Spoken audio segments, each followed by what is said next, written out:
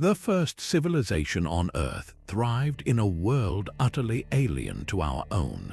This was ancient Sumer, a place where kings married goddesses and a baby's coos could reveal divine messages. We are about to explore 30 of their most peculiar practices, a journey that will fundamentally reshape how you see human history. By the end, you will understand the strange and brilliant logic behind rituals that seem inexplicable today. You will discover why a king needed a body double to cheat death and how a simple beer ration built towering ziggurats. What hidden truth about power and belief do you think these ancient mysteries might reveal? The king was not merely a ruler, he was a bridegroom chosen to wed a goddess. This was the sacred marriage rite, the hieros gomos, the very first of the Sumerian strange and brilliant practices. In a ceremony of immense public spectacle, the king would symbolically marry Inanna, the powerful goddess of love, war, and fertility. She was not a distant statue, but a living presence embodied by her high priestess. The entire ritual was a dramatic reenactment of a divine union, a sacred drama performed to guarantee the land's bounty and the kingdom's continued fortune. Can you picture the scene? The city would gather, the air thick with incense and expectation, as their leader ascended to the temple, the dwelling place of the gods. There, in a chamber reserved for this cosmic event, the human and divine realms were believed to physically intertwine. This was not a private affair, but a public declaration of a sacred contract. The king's successful union with the goddess was thought to directly cause the rivers to swell, the crops to grow, and the herds to multiply. But the ritual's power went far beyond agriculture. It was the ultimate source of political legitimacy. By becoming the spouse of a deity, the king's authority was no longer just inherited or taken by force. It was divinely sanctioned, a gift from the gods themselves.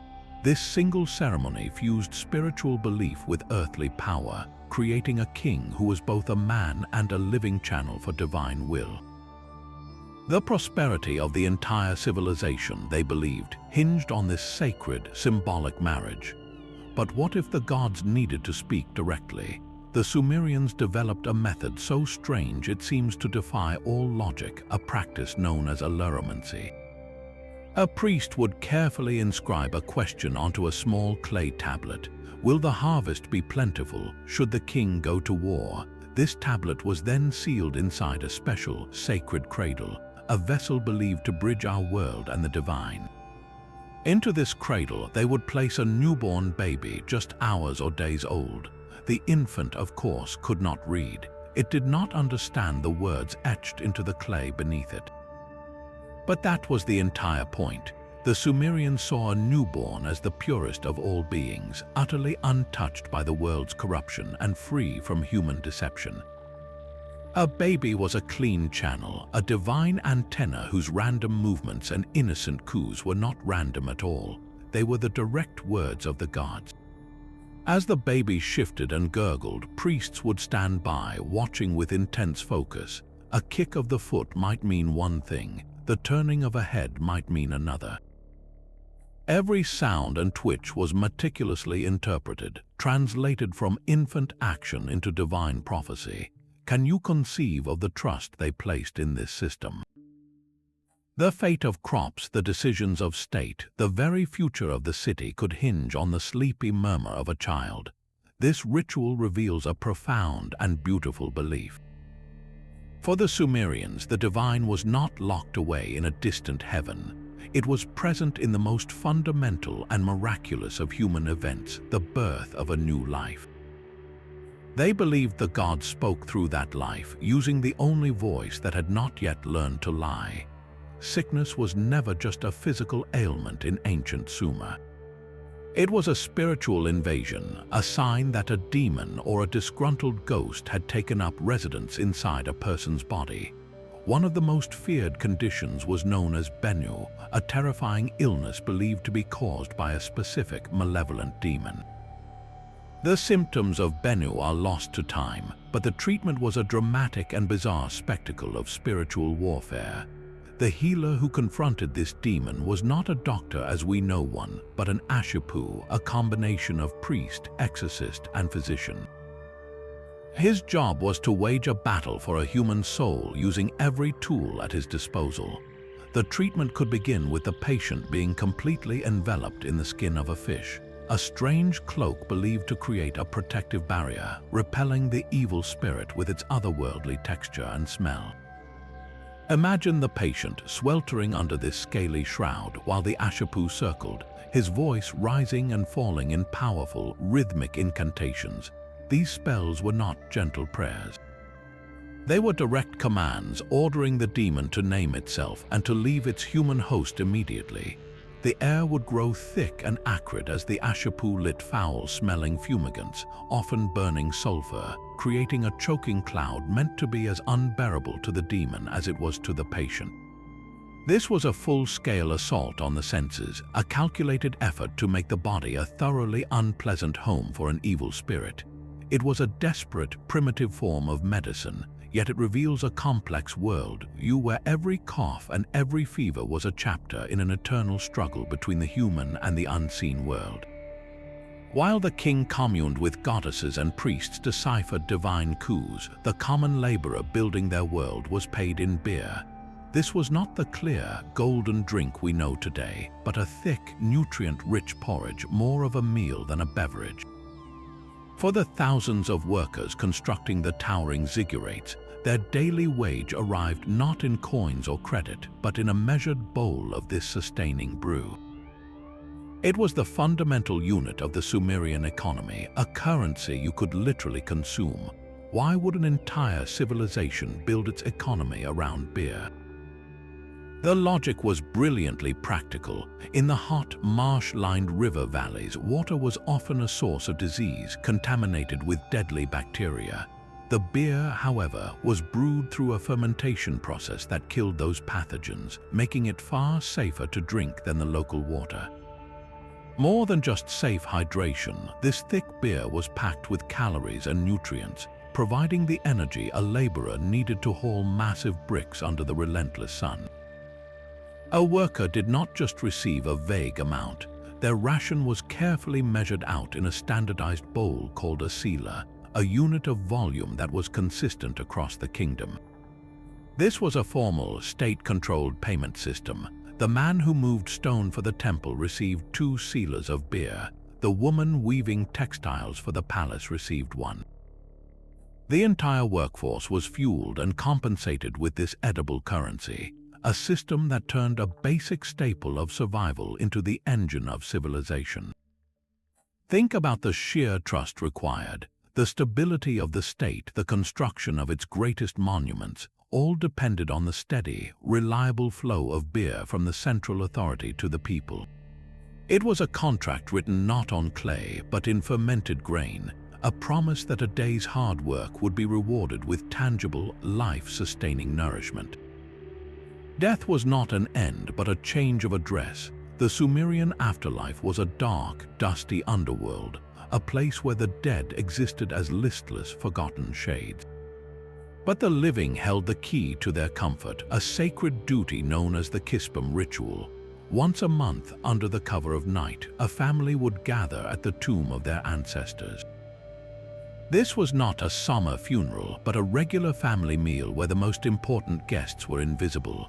They would pour out libations of cool, fresh water, a precious gift in the arid climate, along with beer and wine. They would leave plates of bread, dates, and roasted meat, a full feast laid out for spirits who could no longer eat in the physical world. The family would then recite the names of their dead, reaching back through generations, chanting the lineage aloud to ensure no one was forgotten. This act of remembrance was not merely sentimental. It was a critical transaction for survival. The Sumerians believed a spirit who was neglected, who went hungry and unheard in the bleak underworld, would grow bitter and vengeful. Such a ghost could easily slip back into the world of the living, bringing with it a wave of misfortune, sickness, and ruin. A failed harvest, a sudden illness, a business deal gone wrong. All of these could be traced back to an ancestor whose name had been allowed to fade into silence. The Kispam ritual was therefore a form of spiritual insurance, a monthly payment of food and memory to keep the peace between two worlds. It bound the family together across the centuries, making the living responsible for the happiness of the dead, and the dead responsible for the protection of the living. Can you feel the weight of that obligation? Your own well-being depended on your grandchildren's grandchildren remembering your name. For the truly malevolent spirits, a simple fish skin wrap was not nearly enough. The Sumerians developed an entire library of spiritual warfare, a collection of clay tablets known as the Udug Hul. These were not short spells, but massive, complex incantations, some stretching for hundreds of lines, designed to combat the most powerful and terrifying demons in their world. The priests who mastered these texts were the elite special forces of the exorcism world, called upon for cases of extreme spiritual possession. The demons they confronted were not vague, shadowy entities. They had specific names and grotesque forms, each one a unique nightmare. There was the Slender One, a demon that could slip through the smallest crack in a doorframe. There was the Croucher, a patient evil that lurked silently in the corner of a room, waiting to pounce. Each name was a diagnosis, and for each diagnosis, the Udug Hul provided a precise, multi-step ritual to force the demon out. The ceremony itself was an epic performance that could last for days. The priest would begin by purifying himself and the entire space, creating a sacred circle of power. He would then recite the lengthy incantations, his voice a relentless weapon against the unseen foe. But the most fascinating part was the use of physical props. The priest would often craft small figurines from clay, dough, or tallow, each one shaped to represent the specific demon tormenting the victim. Can you see the scene? The priest, holding a lump of clay, meticulously sculpting the image of the Croucher based on the descriptions in his sacred texts. Once the effigy was complete, the real battle began. He would confront the figurine as if it were the demon itself, chanting the words of power directly at it. Then, in a final, dramatic act of banishment, he would shatter the clay figure, burn the tallow one, or throw the dough model into a river. This was not symbolic play. They believed that by destroying the physical representation, they were simultaneously destroying the demon's hold on our world, severing its connection to the victim. It was a profound act of sympathetic magic, a belief that the image and the entity were inextricably linked. The entire ritual was a meticulously staged drama of creation and destruction, all designed to convince both the patient and the demon that the priest held absolute power in this struggle. The power of prophecy could demand the ultimate sacrifice, a ritual built on a terrifying and brilliant deception. When the celestial signs turned ominous, when a lunar eclipse blotted out the moon, and the priests read a death sentence for the king in the stars, the entire kingdom would enact a breathtaking lie. A commoner, often a simple gardener or a prisoner, was plucked from his life and placed upon the throne. He was the substitute king, the Shah Puhai, a man chosen to die so that the true king might live. For 100 days, this stand-in was treated with all the reverence and luxury of a genuine monarch. He wore the royal robes, ate the finest foods, and slept in the palace. A substitute queen was even chosen to stand by his side, completing the illusion. The entire court played along, bowing and obeying, treating this temporary ruler as the real source of power. All the while, the true king would hide in plain sight, often posing as a humble farmer, watching the charade unfold from the shadows. Can you fathom the psychological weight of that performance? The substitute, living every man's fantasy of absolute power, yet knowing with every passing day that his reign had a fixed and fatal expiration date. The luxury was a prelude to death. When the 100 days concluded, the prophecy demanded its payment. The substitute king and his queen were ritually executed, their deaths serving as the literal fulfillment of the celestial omen. The gods, it was believed, would see that the king of Sumer had died and their wrath would be appeased. The real king would then emerge from hiding and reclaim his throne, his life spared by the ultimate act of political theater. This was not seen as murder, but as a necessary transaction to maintain cosmic order. The entire civilization, from the highest priest to the lowest laborer, participated in this ritual, proving that the king's life was so valuable that an entire social reality could be constructed and then dismantled to protect it. That dark underworld was not a final destination, but a courthouse. After a soul completed its perilous journey to the dusty realm of Ker, it faced its ultimate judgment before a panel of 7 underworld deities. This was the weighing of the soul, a moment of terrifying truth where a person's heart was placed on a giant scale. On the other side of the balance was not a heavy weight but a single feather. This feather represented the concept of Mot, a divine principle of truth, justice, and cosmic order. If a person's heart, heavy with lies, greed, and wrongdoing, outweighed the feather, the soul faced a terrible fate. It would be devoured by a waiting demon, condemned to an eternity of non-existence. But if the heart was as light as the feather, pure and free from sin, the soul was granted passage to join the other blessed shades in the underworld. The most detailed account of this belief comes from the epic poem, The Descent of Inanna. When the goddess Inanna dared to enter the underworld, she was stripped of her divine regalia at each of its 7 gates, standing naked and equal before the judges. This story reveals a core Sumerian belief that even a goddess was subject to the laws of the underworld and the finality of its judgment. What is truly astonishing is that this concept, with its scales and its feather, appears in Sumerian texts centuries before a similar idea emerged in ancient Egypt. The Egyptian Hall of Two Truths, where a heart is weighed against the feather of Maat, is its famous descendant. The Sumerians were the first to codify this powerful image, the idea that the weight of a life could be measured on a cosmic scale. Can you feel the profound anxiety and hope embedded in this ritual? Your eternal destiny did not depend on your wealth or your power, but on the intangible lightness of your own heart. Within the echoing temple courtyards, a unique voice rose above the others, singing a song of profound sorrow. This was the sound of the Gala priest, a figure as complex and enigmatic as the goddess he served, the mighty Inanna.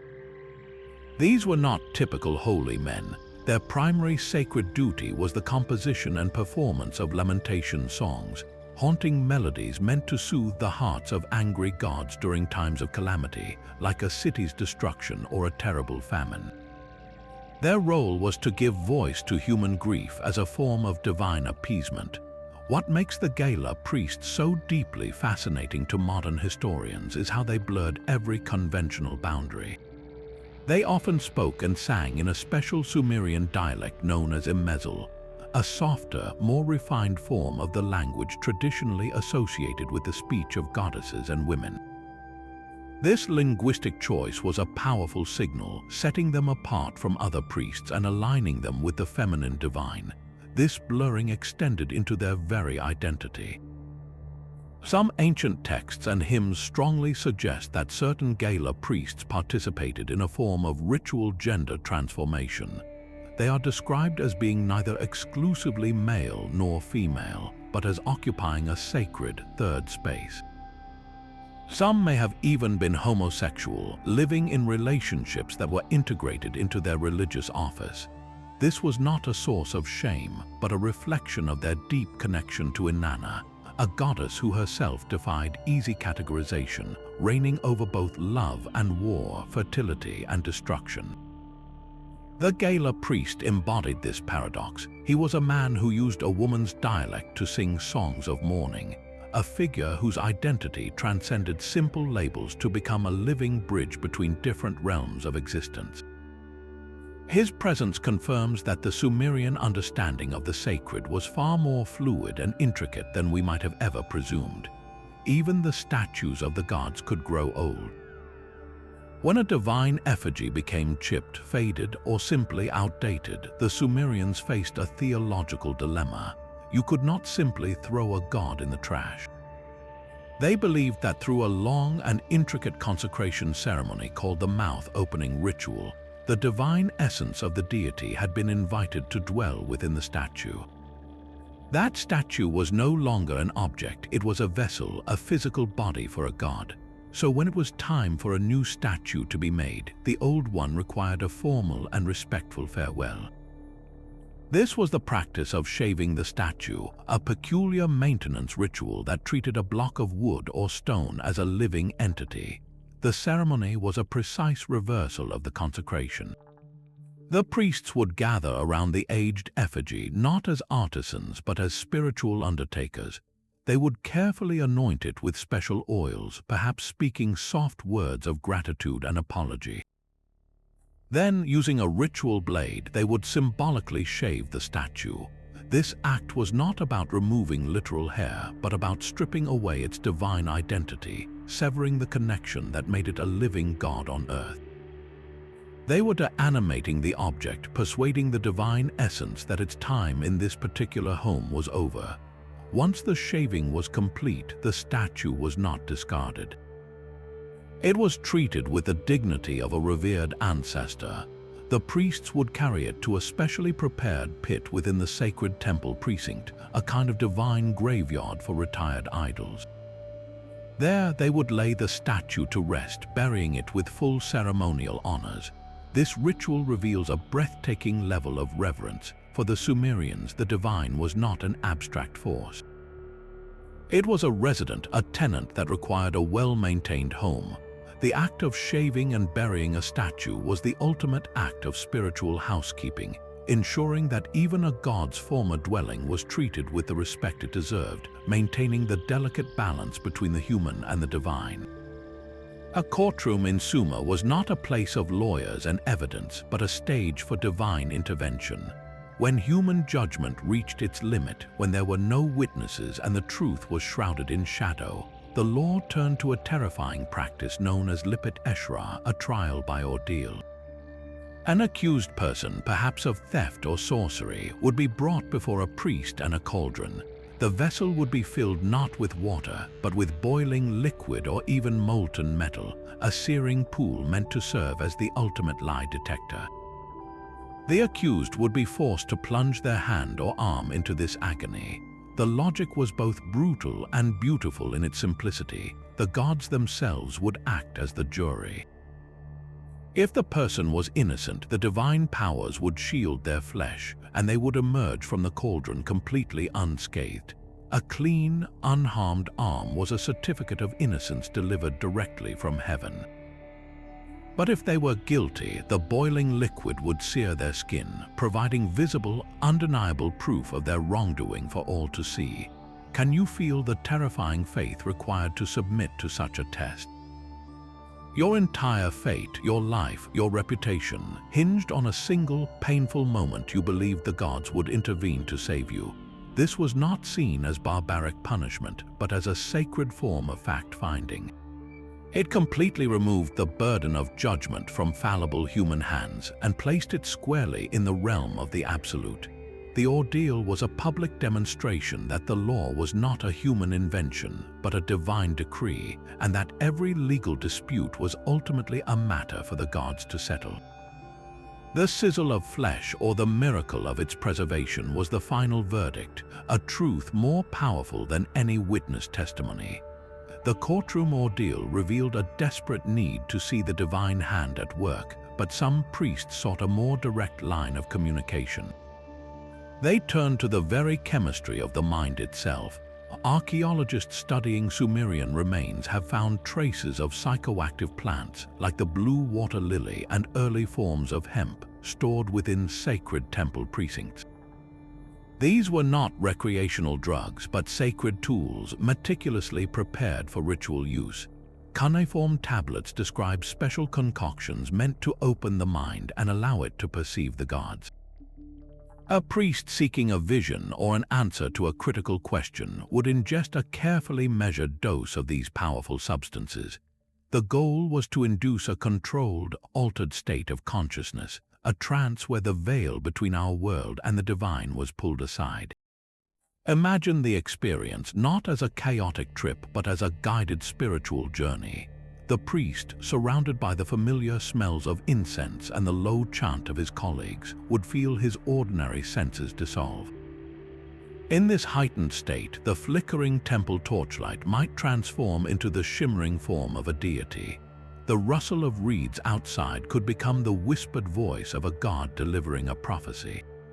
This was a planned and sacred dismantling of the self, a temporary escape from the prison of the physical senses to achieve a higher form of knowing. They believed that to truly hear the gods, you first had to silence the noise of the human world, and these plants provided the key to that profound silence. It was the ultimate act of spiritual seeking, using the earth's own potent flora to force open a doorway to the heavens.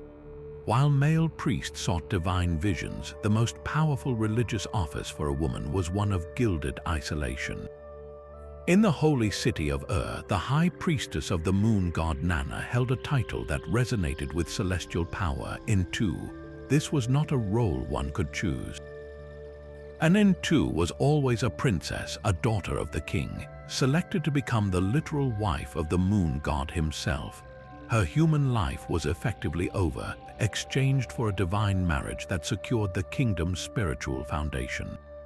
Upon her selection, she would leave the royal palace and enter the Jippar, a vast and secluded temple compound. This was not just her new home, it was her entire world, a sacred gilded cage from which she would rarely, if ever, emerge. Inside the Jippar, she lived a life of immense privilege and profound restriction. She controlled vast estates, commanded a large staff of priests and servants, and her name was recorded on legal documents with the authority of a sovereign. Her wealth was not for personal luxury, but a reflection of the god she served. She was the human channel for Nana's blessings, and her prosperity was a sign of the god's favor flowing to the land. Yet this cosmic status came with a heartbreaking paradox. As the moon god's wife, she was bound by taboos that severed her from a fundamental human experience. She was forbidden from bearing children. To have a child with a mortal man would be seen as the ultimate act of adultery against her divine husband, a betrayal that could shatter the sacred contract and bring ruin to Sumer. Her body was a temple consecrated and set apart, and its biological functions were subject to divine law. Can you fathom the weight of that sacrifice? A princess, born to continue a royal bloodline, instead became a celestial bride, her life a monument to duty where spiritual power was purchased with personal solitude. Her existence was a living prayer, a human embodiment of the moon's own distant, untouchable light, ensuring the god would forever watch over the city of The spoken word carried a weight we can scarcely comprehend, a power to build worlds or unravel them. This was the essence of the Namshub, a concept far beyond a simple spell. A Namshub was an authoritative utterance, a declaration so potent and true that it could rewrite the fabric of reality itself. The most famous of these world-changing speeches is found in the ancient myth of the god Enki. A rebellion had broken out among the younger gods who were tired of their endless labor. They surrounded the great temple of Enlil, their rage threatening to tear the cosmos apart. The elder gods were paralyzed with fear, unable to find a solution. But Enki, the clever god of wisdom and fresh water, saw a different path. He did not raise an army or craft a weapon. He went to his sacred bedchamber and fell into a deep, contemplative sleep. Upon waking, he rose and spoke a single, devastating Namshub. He did not shout it at the rebels. He directed his words at the very source of creation, the primeval waters of the Abzu from which all life had sprung. His utterance placed a powerful sleep upon those chaotic waters, a curse of profound stillness. Imagine the consequence. The rebellious gods, whose life force was drawn from that watery chaos, felt their energy and their will to fight simply drain away. Their rage dissolved into a stupor, their rebellion ending not with a battle, but with a divine lethargy enforced by Enki's spoken command. The word itself had become a cage. This story reveals a breathtaking belief that the universe was not governed by immutable physical laws, but was instead a kind of ongoing narrative, a story that could be edited and revised by those who knew the true names of things. A correctly spoken namshub did not ask the gods for help. It operated on the same fundamental level as the god's own creative power. It was a tool of cosmic programming where syntax and vocabulary could command the elements. The right words spoken with the right authority could literally put the world to sleep. Even the breath of a priest had to be purified for the gods. In the sacred temples, where incense perfumed the air and rituals demanded absolute spiritual cleanliness, certain foods were considered deeply polluting. Priests and individuals undergoing purification were strictly forbidden from consuming onions, garlic, and leeks. These common vegetables were not seen as sustenance, but as a source of potent contamination. The logic was rooted in the senses. The gods were believed to be beings of immense refinement, and their presence was drawn to pleasant aromas. The strong, pungent odor that these foods left on a person's breath and even seeping from their pores was thought to be deeply offensive to the sensitive noses of the deities. Approaching a god while reeking of garlic was like bringing a foul stench into a king's pristine throne room. It was a sign of profound disrespect that could jeopardize the entire ceremony. Can you grasp the level of detail in their spiritual practice? Holiness was not just a matter of the heart, but of the body itself. Every aspect of a priest's life, down to the very chemistry of his breath, was regulated to maintain a state of acceptable purity. This prohibition reveals a world where the divine was intimately close, so near that a simple meal could either invite a blessing or repel a god. The path to the sacred was paved with scent, and something as humble as an onion could block the way entirely. A human grudge could crystallize into a monster. This was the Asaku, a demon born not in the depths of the underworld, but from the raw, negative energy of human suffering and transgression. If a person was murdered, dying with the searing heat of injustice, or if they passed from this world clutching a powerful, unfulfilled vendetta, their lingering malice did not simply vanish. The Sumerians believed this emotional residue could coalesce, gaining a life and a form of its own in the spiritual realm.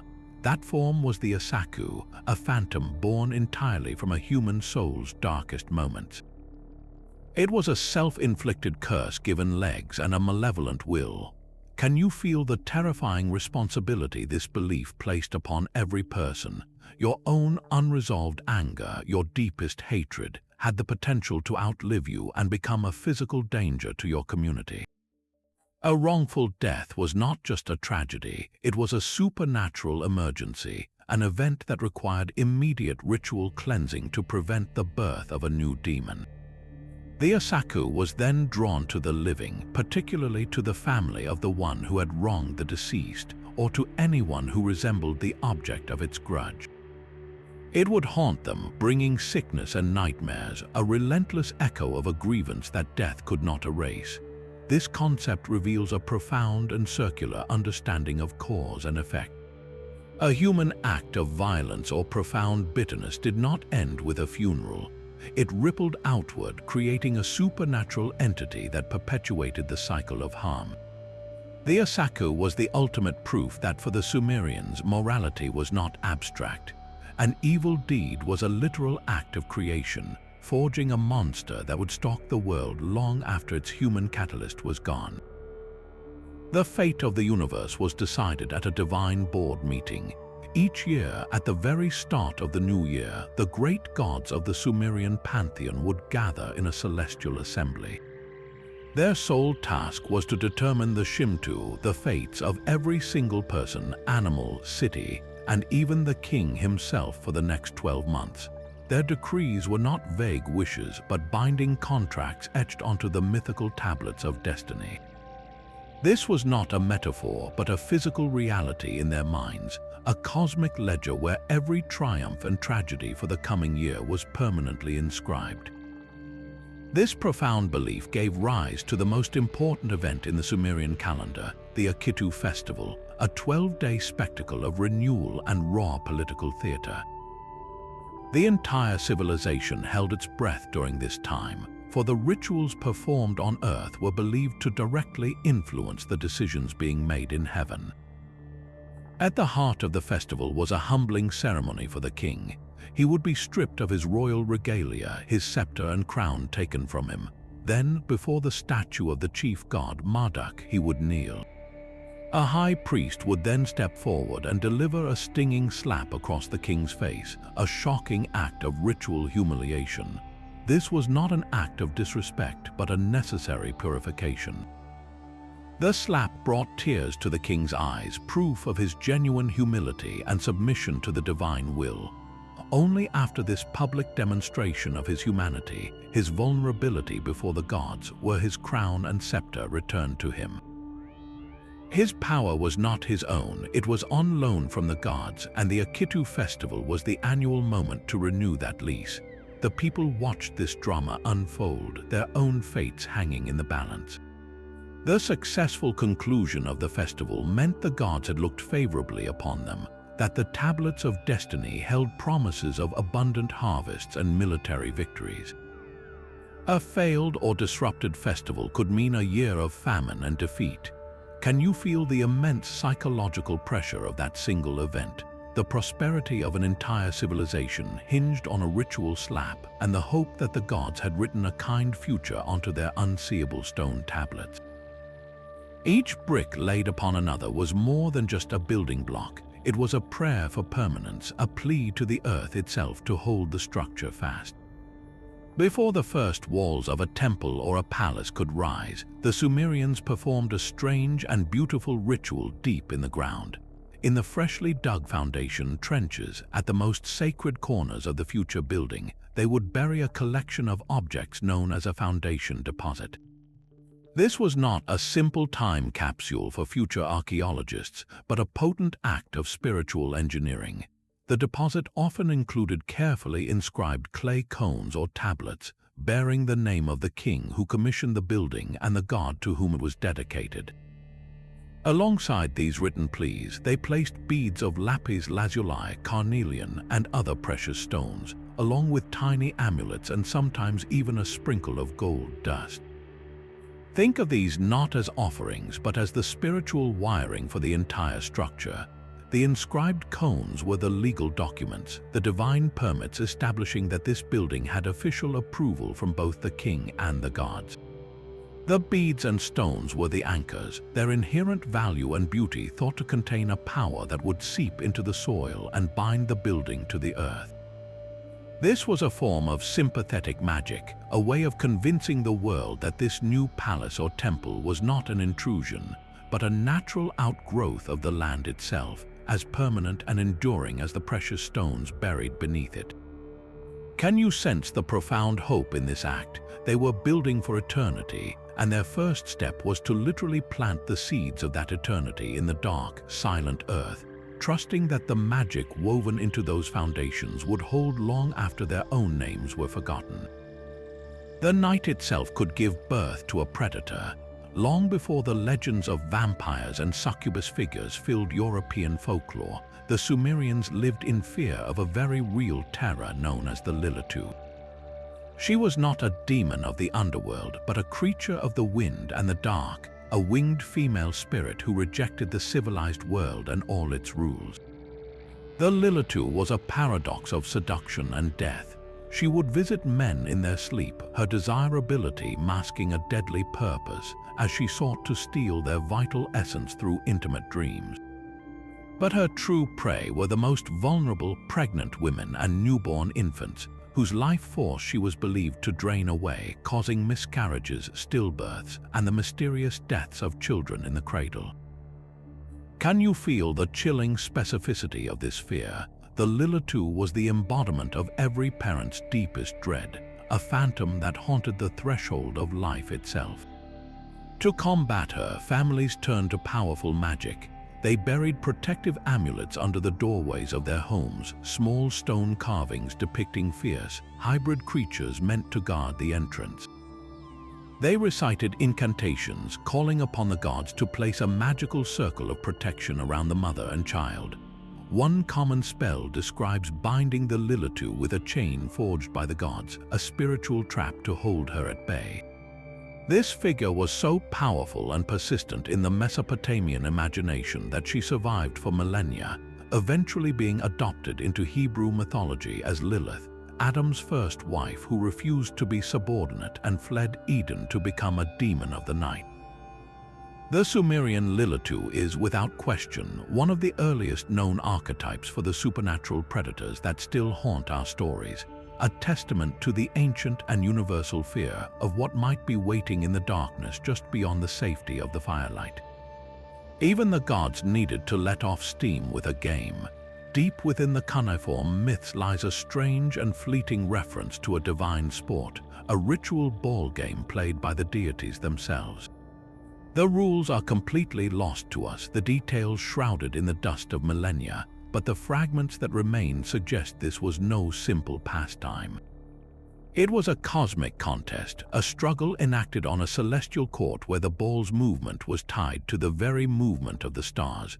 Some scholars believe this game represented the eternal conflict between order and chaos, a physical manifestation of the gods' efforts to maintain balance in the universe. A victory for one divine team might mean a year of plentiful rain and sunshine, while a loss could herald drought and disaster. Can you envision the sheer scale of such a belief? The turning of the seasons and the fate of all humanity hinged on the outcome of a game played by immortals. This divine drama did not stay in the heavens. It is likely that Sumerian kings, in their role as the gods' representatives on earth, reenacted this sacred sport. In a grand public ceremony, the king may have taken to a special court, perhaps the temple courtyard itself, to symbolically replay the game of the gods. His athletic performance was not for entertainment, but for the survival of his kingdom. Every pass of the ball, every feint and dodge was a prayer for cosmic order, a human attempt to influence the divine scoreboard in favor of creation and against the ever-encroaching void. The baffling ball game of the gods was therefore a profound act of sympathetic magic, where a king's physical prowess became a tool to keep the universe itself in play. The world of the temple priestess was far more complex than a simple marriage to the moon. One of the most heated debates in modern archaeology centers on a single, provocative question. Did certain Sumerian priestesses engage in a form of sacred prostitution? The evidence is a tangled web of ancient poetry and foreign accounts, a true historical mystery. On one side of the argument, scholars point to passages in the Epic of Gilgamesh. When the wild man in Kiddu is civilized by a woman named Shamhat, a priestess of the goddess Ishtar, their union is described as lasting for 6 days and 7 nights. This is not portrayed as a sordid affair, but as a sacred act that transforms Enkidu from a beast into a man. Proponents of the sacred prostitution theory interpret this as a ritual function, a sacred duty where the priestess used intimacy to channel the goddess's power of civilization itself. They also cite later Greek historians like Herodotus, who wrote centuries after the fall of Sumer and described elaborate temple prostitution in Babylon, a cultural descendant of Sumer.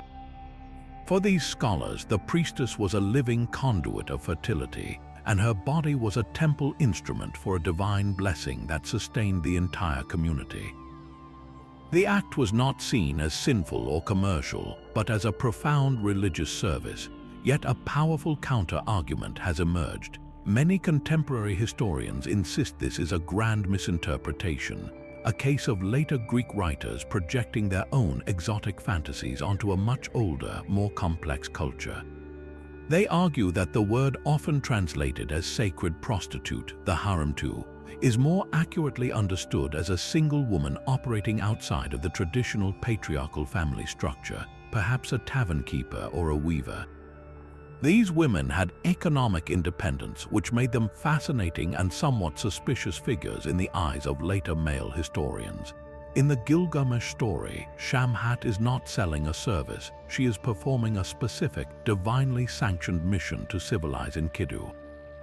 Her power lies in her knowledge and her sacred status, not in a commercial transaction. The entire concept of sacred prostitution, these scholars contend, was a myth invented by the Greeks to paint their Eastern rivals as decadent and morally corrupt. So where does the truth lie? The cuneiform tablets themselves remain stubbornly silent on any organized system of ritual sex within the temples. We are left with a tantalizing puzzle, a glimpse of powerful women whose roles we are still struggling to fully comprehend. Were they divine vessels of fertility, or have we simply misunderstood their economic and religious independence for millennia? The answer is buried deep within the ruins, a secret the ancient priestesses took with them. A king's greed could shatter an entire empire.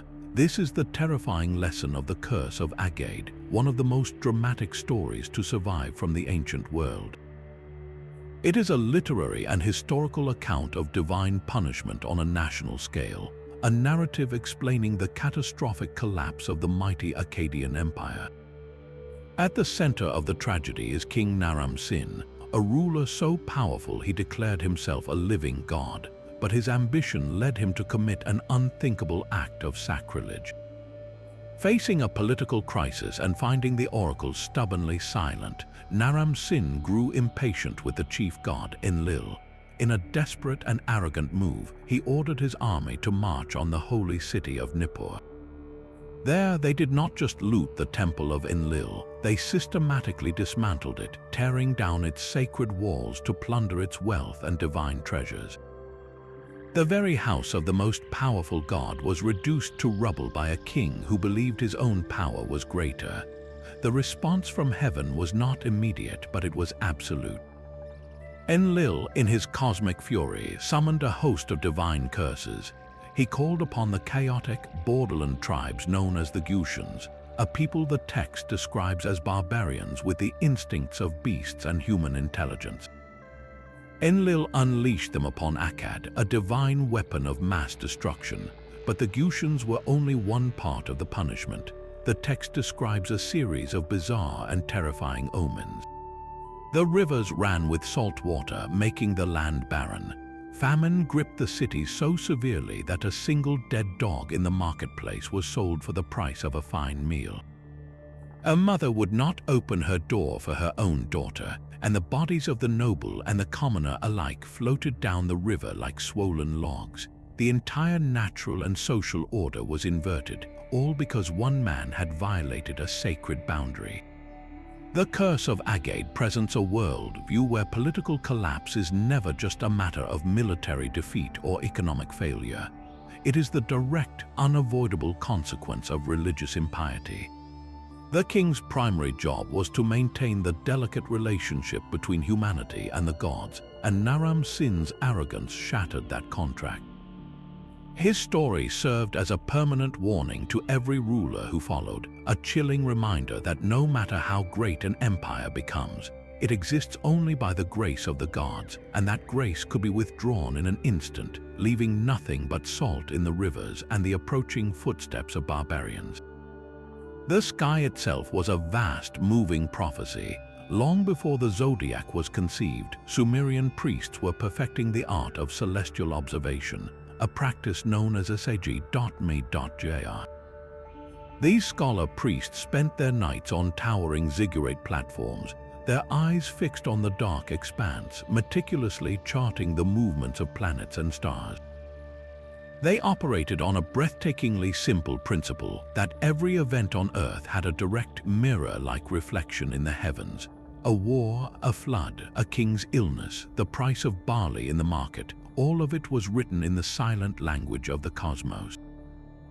Can you grasp the weight of that belief? The entire chaotic drama of human life was not random, but a carefully scripted play whose acts were foretold by the slow dance of celestial bodies. They recorded everything on clay tablets, creating an enormous library of celestial omens. If the planet Venus appeared especially bright in the eastern sky, it might predict a victorious military campaign. If Mars seemed to hover ominously near the constellation of the Ram, it could foretell a devastating plague among the sheep herds. A lunar eclipse was not just a shadow, it was a direct death sentence for a king, a celestial event so dire it required the elaborate substitute king ritual to cheat fate. These were not vague horoscopes. The interpretations were incredibly specific. One surviving omen states that if Jupiter passes a certain star, the price of barley will rise. Another claims that if the moon is haloed on a particular night, a foreign ambassador will arrive with a message of peace. The priests were essentially acting as celestial accountants, balancing the books of heaven and earth, convinced that by reading the sky they could anticipate every twist of fate. This was the true birth of Western astrology, not as a personal guide for love and career, but as a critical tool of statecraft and survival. The entire civilization looked upward, trusting that the gods had left them a manual for the future, if only they could learn to decipher its brilliant, starry code. A sacred fleece possessed the power to cleanse a soul. This was the fleece of Samukan, a mythical object central to one of Sumer's most enigmatic purification rites. While the Samukan itself remains a mystery, perhaps a legendary goat or even a divine beast, its fleece was revered as a spiritual sponge, capable of absorbing sin, disease, and malevolent energy directly from a person. The ritual was both simple and profound. A person deemed spiritually contaminated, perhaps someone who had recovered from a long illness or been accused of a minor crime, would be brought before a priest. The priest would then drape the sacred fleece over the individual's shoulders, allowing it to rest there for a prescribed period. During this time, it was believed the fleece actively pulled the corruption out, drawing the invisible stains of impurity into its own fibers. The contaminated person would walk away cleansed, restored to a state of spiritual purity acceptable to the gods and the community. But the fleece's power did not end with purification. In some accounts, it also served as a tool of justice. A suspect might be made to hold the fleece or stand beneath it while swearing an oath. If the person was lying, the fleece would supposedly react, perhaps by visibly darkening or becoming heavy, revealing the falsehood through a physical change. This concept of a magical fleece that could discern truth is a stunning parallel to the later Greek myth of the Golden Fleece, suggesting a powerful idea that traveled across cultures and centuries. Can you envision the weight of that object? It was not merely an animal skin, but a living filter between the human and divine realms, a tangible tool that could literally scrape the evil from a person's spirit and hold it contained within its golden threads. A young boy's first day at school began with a ritual of fear and reverence. He entered the Adaba, the tablet house, and was led before the stern figure of the Umya, the expert teacher. The boy would kneel and speak a prescribed phrase, "I am the son of a tablet house, and I am your servant." From that moment, the teacher was not merely an instructor, but his school father, and the student was bound to him in a relationship that blended filial piety with absolute obedience. This was the world's first formal education system, and its methods were as peculiar as they were effective. The curriculum was a brutal marathon of memorization. For years, a student did nothing but copy cuneiform signs. He would take a lump of wet clay, flatten it into a tablet, and with a sharpened reed stylus, painstakingly reproduce hundreds of wedge-shaped characters. His entire world shrank to the space of that small, damp rectangle. A single mistake, a wobble in a line, or a misplaced angle was not just an error. It was a sign of disrespect to the school father and to the sacred art of writing itself. The punishment was swift and severe. A teacher's assistant, the big brother, stood ready with a cane to administer blows to the student's back and hand. Can you feel the immense pressure? Your future, your chance to become a scribe and escape a life of manual labor, depended on your ability to perfectly replicate abstract shapes day after monotonous day under the constant threat of physical pain.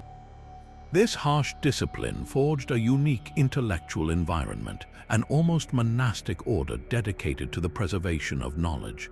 The students lived together, ate together, and worked together, their entire lives revolving around the tablet house. They were not there to be creative or to question. They were there to become perfect, living copies of the vast Sumerian written tradition. The relationship with the schoolfather was the core of this strange system. He was a feared disciplinarian, but also the sole source of precious knowledge. A student's graduation and entry into the elite scribble class depended entirely on this man's approval.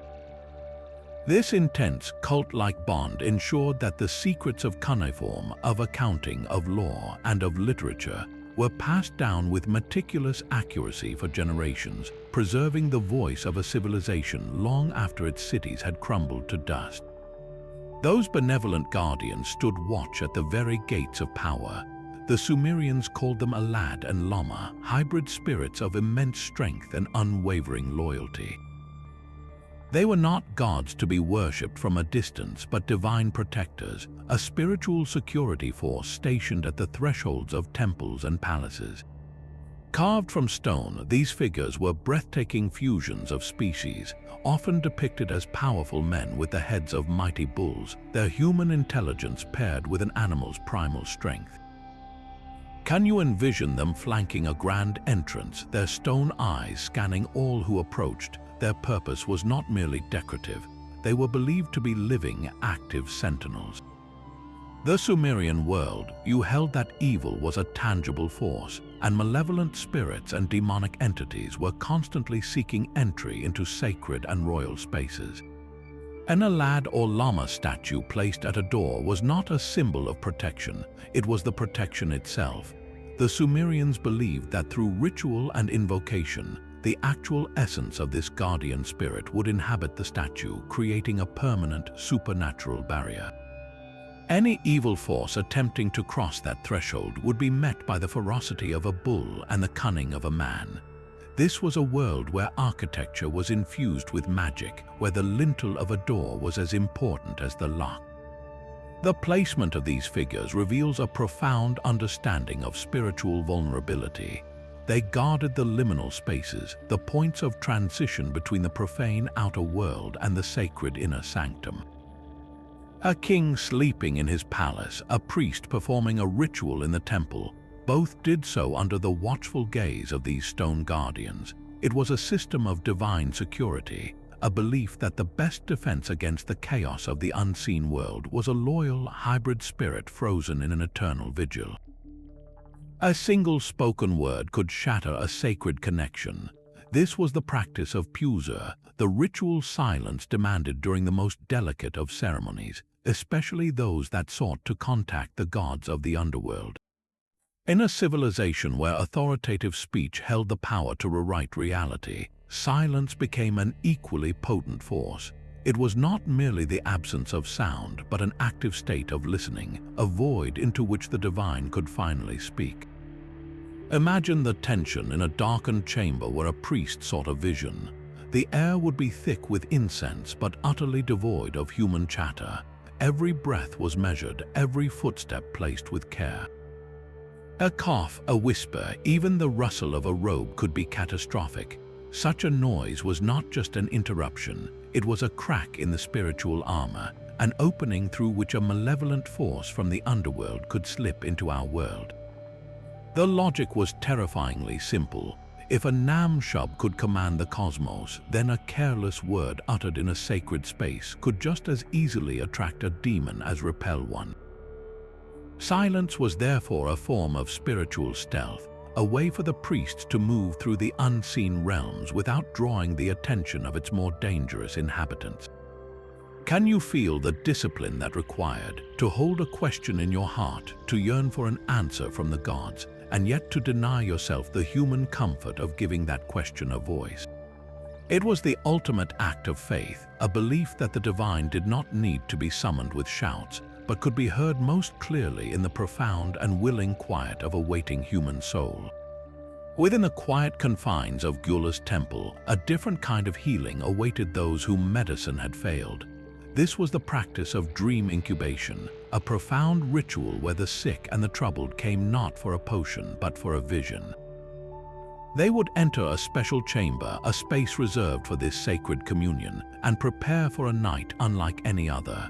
Before sleeping, they performed meticulous rituals, washing themselves in purifying waters and whispering fervent prayers to the goddess of healing, Gula, and her divine dogs. They were not asking for a miracle to happen to them, but for one to happen within them in the secret theater of their own sleeping minds. The entire process was a blend of desperate hope and psychological brilliance. By isolating the individual in a holy space and focusing their entire being on a single question or ailment, the priests were creating the perfect conditions for the subconscious to speak. They believed a god, perhaps Gula herself or her messenger, would then step onto that inner stage. The divine visitor might appear as a shimmering figure who handed the dreamer a literal recipe for a cure, a specific herb to find or a poultice to apply. Or the god might perform a symbolic surgery, removing a phantom stone of sickness from the dreamer's body, a spiritual operation that was meant to manifest as a physical healing upon waking. Can you feel the power of that belief? Your own mind became the pharmacy, and your dreams became the prescription. This was not a rejection of medicine, but its ultimate extension into the realm of spirit. The temple priests acted as the interpreters of these nocturnal visions, helping the dreamer understand the divine message they had carried back from the border of sleep.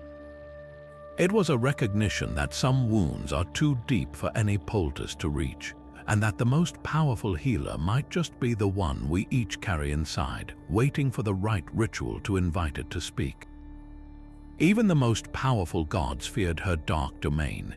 Deep beneath the dust of the living world lay Ker, the Sumerian underworld, and its absolute ruler was the goddess Ereshkigal. She was not a deity of gentle judgment or merciful release. Ereshkigal was the queen of the land of no return, a formidable and terrifying figure who presided over a silent, dusty realm where the dead existed as listless shades. Her power was absolute, and her loneliness was a legend in itself, a consequence of her grim station. While other gods received offerings of praise and adoration, rituals for Ereshkigal were acts of desperate appeasement. She was a goddess to be feared, not loved. Can you feel the chill of that distinction? The living did not build beautiful temples in her honor. Instead, they performed quiet, somber rites, often leaving offerings at pits or in broken bowls placed directly on the earth, a direct line to her kingdom below. They might pour out dark beer or leave coarse bread, gifts meant not to win her favor but to avert her attention. The greatest fear was that her bitter loneliness would stir a whim to claim more souls before their time. This is what made her so uniquely terrifying. In most ancient beliefs, a virtuous life could earn you a pleasant afterlife, but in the Sumerian worldview, Ereshkigal's realm awaited everyone.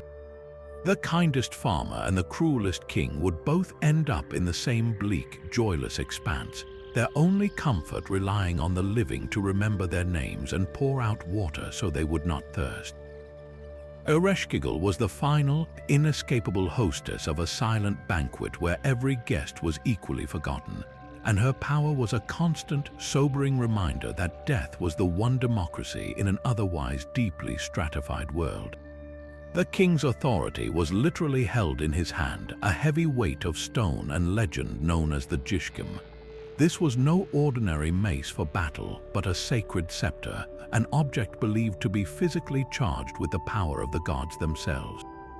In carvings and royal statues, the king is forever shown gripping the Jishkim. Its presence an unmistakable declaration that his right to rule flowed directly from the divine. The mace was his spiritual credentials carved in stone. Its power was activated in the most critical ceremony of a ruler's life, the coronation. During this ritual, the Jishkim was not simply handed to the new king, it was transferred. A high priest, acting as the god's own representative, would place the heavy mace into the ruler's open hands.